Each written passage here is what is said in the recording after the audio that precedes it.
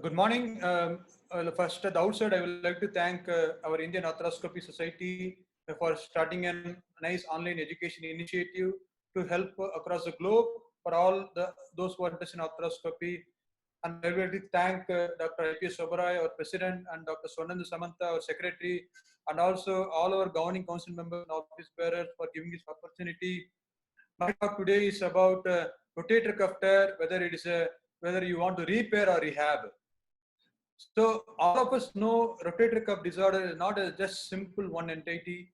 It starts from like a same spectrum of disease, starting from rotator cuff tendinosis, and then going on to a intrasubstance tear, and the intrasubstance tear progresses to a partial tear. The partial tear can be a bursal site tear or an articular surface tear, and these tears sometimes progress on to a full thickness tear. That these full thickness tears can be a small tear or a medium tear or large tear or a massive tear. But this is a spectrum of the same disease. Only thing is the severity is different. But the one thing about this rotator cuff tear is still we are not sure about what the etiology is. The original thought has been like it is due to the external compression due to subacromial impingement from the acromion, as Vigiliani said, three types of acromion, type 1, 2, and 3. And type 3 acromion has got a more tendency to press onto the tendon surface. And further, we have know that etiology can be a degenerative or lack of vascular to the tendon. But I think the etiology is more of a multifactorial. When the etiology is not sure, it is also clear that we don't know which one to operate, which one to rehab. So for example, take this 58-year-old gentleman who has got pain in the shoulder for 2 months. When you do this impingement test, as you can see that in the right shoulder, whenever you are doing the impingement test, he lifts the scapula. He clearly has got scapular dyskinesia. He might be having positive impingement sign, like Hawkins test is positive by doing flexion and internal rotation, and MRI is showing tendinosis. But his main problem is his scapula is not working perfectly in the way that you want. Our next patient, as I show here, is a 42-year-old gentleman who has got a pain in the left shoulder, and you can see his shoulder is asymmetrical. He's almost got full range of movement, abduction is full range, and the flexion is almost has got full range. But when you come to the rotation, especially the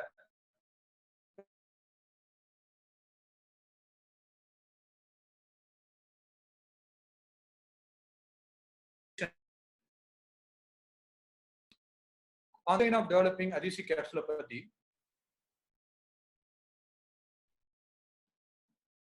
Hello? I think that's just Wi-Fi is getting stopped. Good morning all. First, at the outset, I would like to thank our Indian Arthroscopy Society for starting such a nice online education initiative. And I would like to thank our president, Dr. I.P.S. Sobarai, and our secretary, Dr. Swanand Samantha, and all office bearers and governing council members. My talk today is on rotator cuff tear, whether you repair or rehab.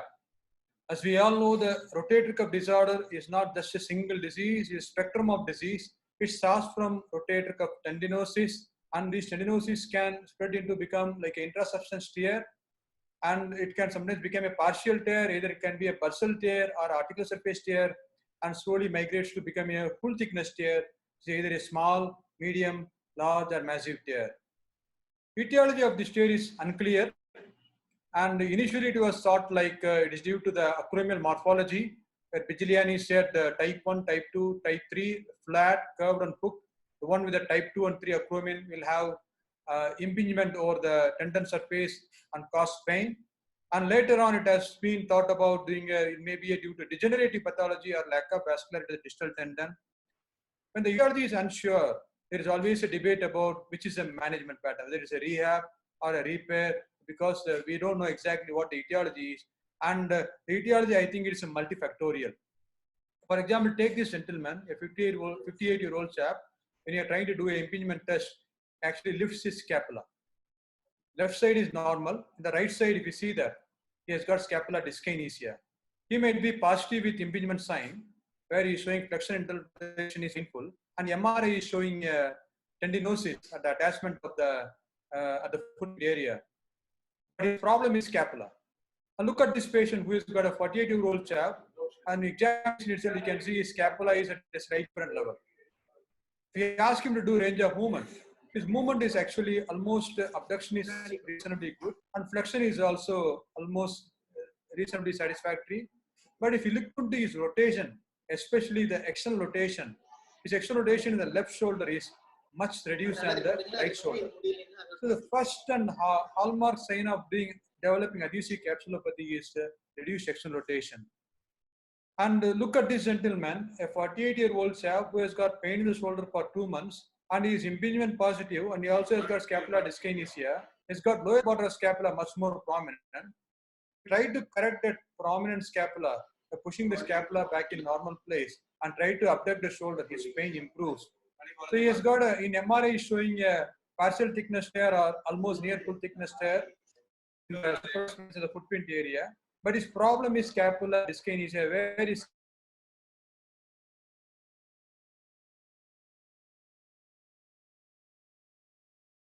patient who are having a subacromial impingement type of pain is thinking about correcting core stabilizers and scapular rhythm. So rehab on specific muscles, especially like anterior deltoid, latissimus dorsi, levator scapulae, lower and middle trapezius, rhomboid, teres major, serratus anterior, all these will help to establish his scapular rhythm back to normal so that his pain will get relieved. So next is I'm thinking of so I'm showing this patient who had a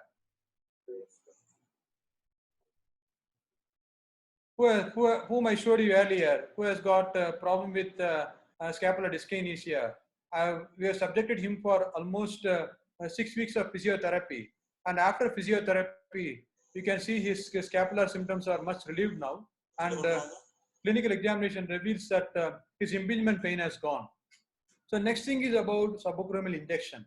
Injecting in this patient, I inject in those patients where there is no improvement after initial physiotherapy or aggressive welding physiotherapy. There is a lot of controversy about injection, but a lot of surgeons, as mentioned in this literature about you practice, almost more than 90% of doctors or surgeons inject for this subacromial pain when they are not getting relieved of physiotherapy. And we always are concerned about whether injecting is going to cause full thickness tear. Yes, there can be incidence of about 15 to 20% of the time, roughly, they can have a partial thickness tear getting converted into full thickness tear. So you have very important to explain this to the patient before embarking on injection. And first thing is try with physio first. If not getting better, if they are only physio, we can do one injection that might be helpful for the patient. Now, think of this patient, a 42-year-old chap who has got severe pain shoulder. He has got positive on night pain present, and Jobs is positive for pain. He has tried physiotherapy for almost a week, but with not much effect. So these kind of patients, you not having good relief, even after physiotherapy, are the one which are challenging one. And here we have done a acromial outlet view, which has shown a spur in the anterolateral part of the acromion. These are the patients who will be benefited by doing acromioplasty also. So this patient, we have had exercise therapy, no relief, but the continued symptom, and especially those with the bursal tear who are almost near full thickness tear, are the one who are much more potential for getting into need of surgery. So this patient had an acromioplasty, and after acromioplasty, you realize there is a small tear which is also repaired at the same time. So next is look at this patient, a 42-year-old factory worker who has got pain in the shoulder for 3 months. This pain started after lifting heavy weight 3 months ago, has met physio. One important thing about this patient is that this patient has got a near full thickness tear, but he also has got a cyst on the subacromial region. So these patients are challenged for managing in terms of physiotherapy. These patients may not be compliant for physiotherapy also. So try to do as much physio, make sure these patients have got good rehab. The sense the physio rehab has been done appropriately or not. That's one of the common reasons for therapy is patient not compliant or patient not having a good supervised rehabilitation. This patient did not have good rehabilitation initially, and after rehabilitation, the patient's symptoms did improve. So what you have to be thorough about it is explain about realistic outcome. Prepare for post-op rehab very well and explain the outcome to be for that it might take even up to about 6 months for the total symptoms to improve. But this is a different scenario. Now we earlier talked about a tendinosis, and then I talked about partial tear. Now I'm talking about a patient who has got a fallen off a ladder and has got pain in the shoulder since 8 weeks. His articulation is painful with less power, but his passive movements are full. Passive movements are full. So these kind of patients, and he has got a full thickness tear, which is now down to the footprint area, and he has got a traumatic full thickness tear. These are the patients who have a very good improvement after doing a surgical repair. So early surgical repair will be the choice for these kind of patients who are having a traumatic full thickness tear. To do a nice double door repair, these patients will have a very good recovery. And but not all of them are fully traumatic. Some of them will have a degenerative element also. So be aware of that when you are dealing with these patients who are having traumatic tear. So sometimes there is also a chance of failure also. A full thickness cover,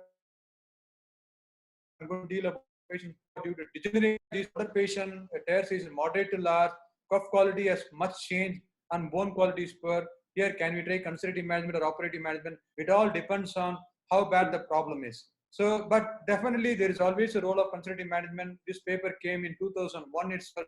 That time that time also it was told that every full thickness cuff tear, except for the acute traumatic one in younger patient, should always benefit from a considered rehabilitation. So try rehab for at least for a period of about 5 to 6 weeks, and that will tell you whether the patient is going to improve or not. If the patient is not improving, then you can think about alternative treatment measures. But if improving, we can continue on the physiotherapy itself. I'm giving this history of this scenario of gentleman who is 54-year-old, but a trivial trauma 2 months ago. Muscle quality is not that bad. Retraction is only around 3 centimeter, and cuff quality is very good. These are the patients who are ideal for repair.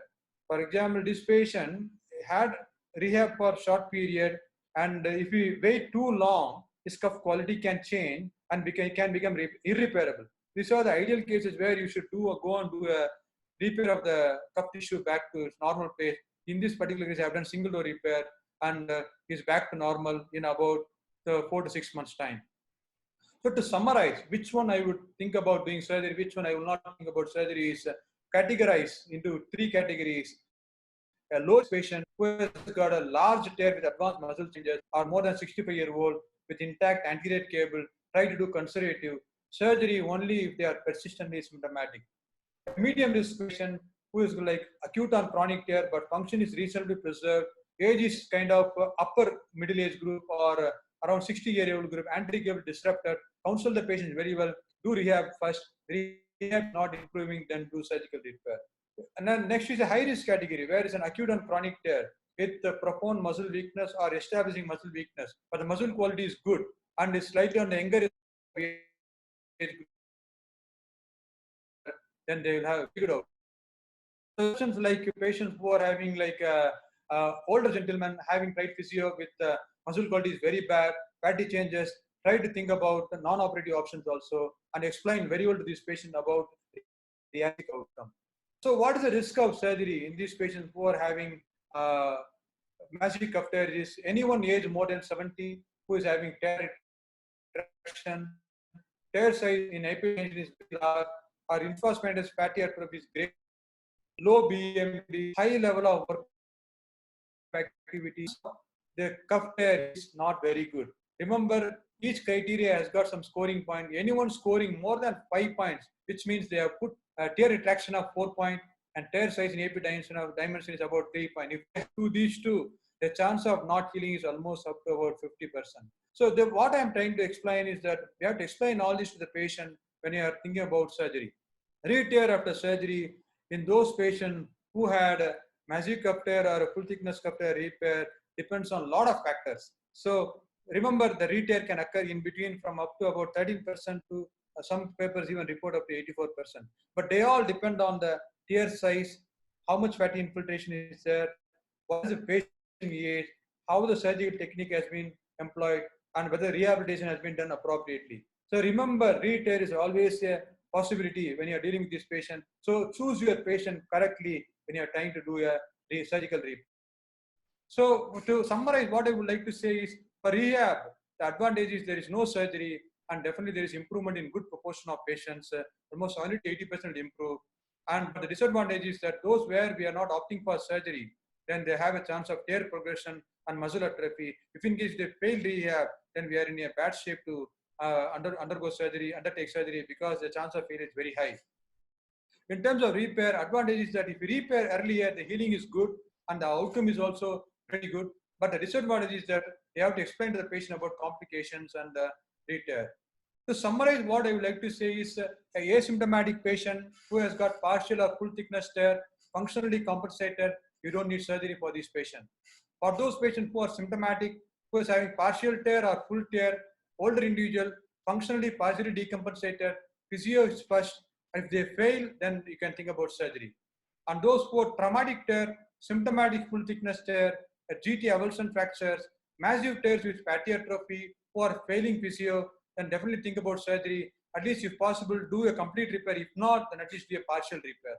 To conclude, what I would like to say is patient counseling is very important in all the patients with rotator cuff tear. While doing conservative option, make sure the patient has had a full supervised rehab. But when you are going for surgery, tell realistic outcome to the patient that it might take even up to about 6 months for them to fully recover. With this, I conclude this talk. I'd like to thank Indian Orthodox Society for giving me this opportunity. Thank you very much.